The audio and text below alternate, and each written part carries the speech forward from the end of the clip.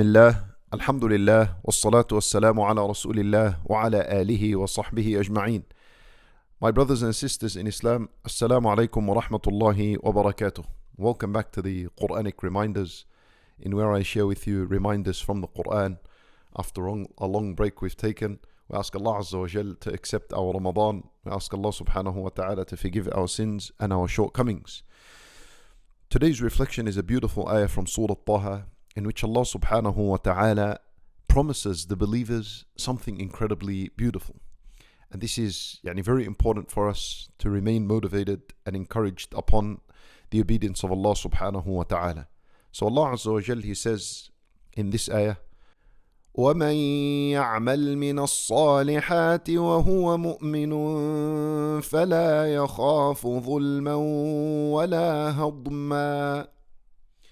Allah subhanahu wa ta'ala in this ayah, He makes a promise to the believers.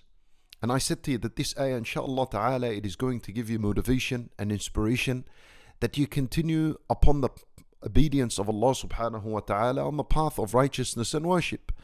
Allah Azza wa Jal, He began this ayah by saying, وَمَن يَعْمَلْ, anyone who does from the righteous deeds. وَمَن, the first وَمَن, it is referring to male and female, young and old, whoever it is. Anyone who does يعمل من الصالحات, from the righteous deeds. Now of course the righteous actions are many. Islam teaches us many righteous acts that we can do. There's approximately 70 righteous acts that we can do. Allah Azza wa Jalla is saying anyone who does from the righteous deeds. You see this word من الصالحات, this min in Arabic, it's called min at-tab'id. It implies a part of something, the partitive min. So the righteous deeds are many, and of course we perhaps won't be able to do all of them, so at least do some of them. And the main righteous deeds that a person is to be consistent upon are the obligatory deeds, the obligatory actions, the prayers, Ramadan, was zakat, wal hajj once a lifetime. وَمَن يَعْمَلْ مِنَ الصَّالِحَاتِ, and the righteous deeds are called salihat. It's coming from the word salaha, salaha meaning to fix something. Because the righteous actions, when we do them, they actually fix us. They fix our relationship with Allah. They fix our broken soul, our broken heart. They fix us emotionally, physically, mentally, spiritually. They fix us. So they are called as-salihat.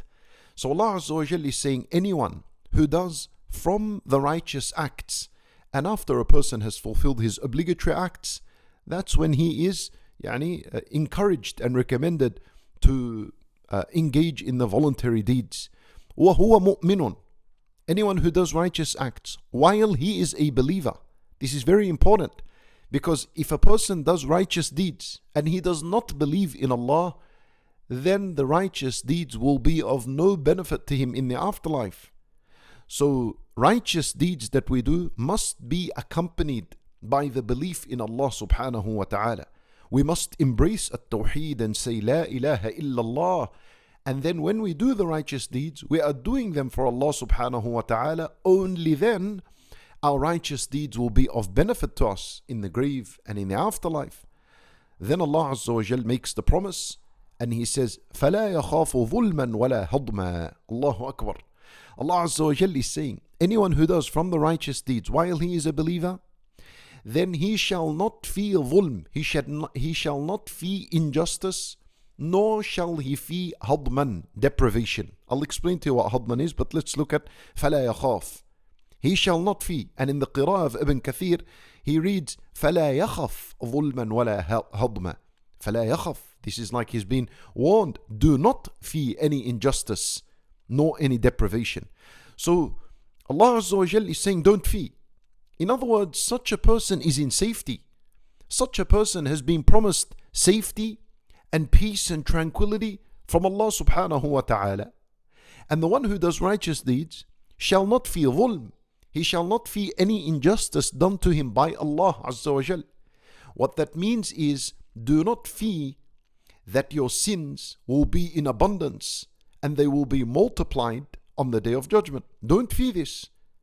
Why? Because when you do righteous deeds, they wipe away your sins. They wipe away the sins. So the sins will be reducing every time you engage in righteous deeds. Allah Azza wa Jalla said, إِنَّ الْحَسَنَاتِ يُذْهِبْنَ السَّيِّئَاتِ. The good deeds, they wipe away the bad deeds. The next obligatory prayer that you're going to pray, whatever that prayer is, for you listening to me, perhaps your next prayer could be Al-Fajr, Al-Dhuhr, Al-Asr, Al-Maghrib, Al-Isha. These 5 daily prayers, when you pray them, they wipe away the sin from one obligatory prayer to the other. So anyone who does righteous deeds shall not fee injustice, meaning Allah will not increase his sins. Rather, your righteous deeds are going to wipe away from your bad deeds, from your sins. They're going to be removed and you'll be purified with these good deeds that you do. Allah Azza wa Jal, then He said, وَلَا هَضْمَ, and you shall not fee deprivation. Now, al-hadm, deprivation here, means that you shall not fee good deeds taken away from you. You see, look, the idea of hadm, it comes from the word hadama. And hadama means to digest. You know, when you digest food, it goes from being a large morsel of food, it enters your mouth, and it goes into your stomach, and then it becomes into small pieces. It reduces in size. So wala hadma, meaning the believer who does righteous deeds while he is a believer, shall not fee that Allah subhanahu wa ta'ala will diminish from his good deeds and reduce his good deeds. Rather, the opposite is true. Allah Azza wa Jal teaches us more than once in the Quran, مَنْ جَاءَ بِالْحَسَنَةِ فَلَهُ عَشْرُ أَمْثَالِهَا. Anyone who comes on the day of judgment with a righteous deed, with a good deed, Allah is going to multiply it 10 times. Allahu Akbar. One righteous deed is going to multiply your good deeds, and it is going to wipe away the bad deeds. Subhanallah. How beautiful is this? How encouraging is this for a person to remain upon the worship of Allah subhanahu wa ta'ala? Allah subhanahu wa ta'ala, He says, وَإِن تَكُ حَسَنَةً يُضَاعِفْهَا وَيُؤْتِ مِن لَدُنْهُ أَجْرًا عَظِيمًا. And if a person comes on the day of judgment with a good deed, يُضَاعِفْهَا, He will multiply it. وَيُؤْتِ مِن لَدُنْهُ أَجْرًا عَظِيمًا. And Allah Azza wa Jal will give a special gift from Him. And that is a huge, huge reward that He will give.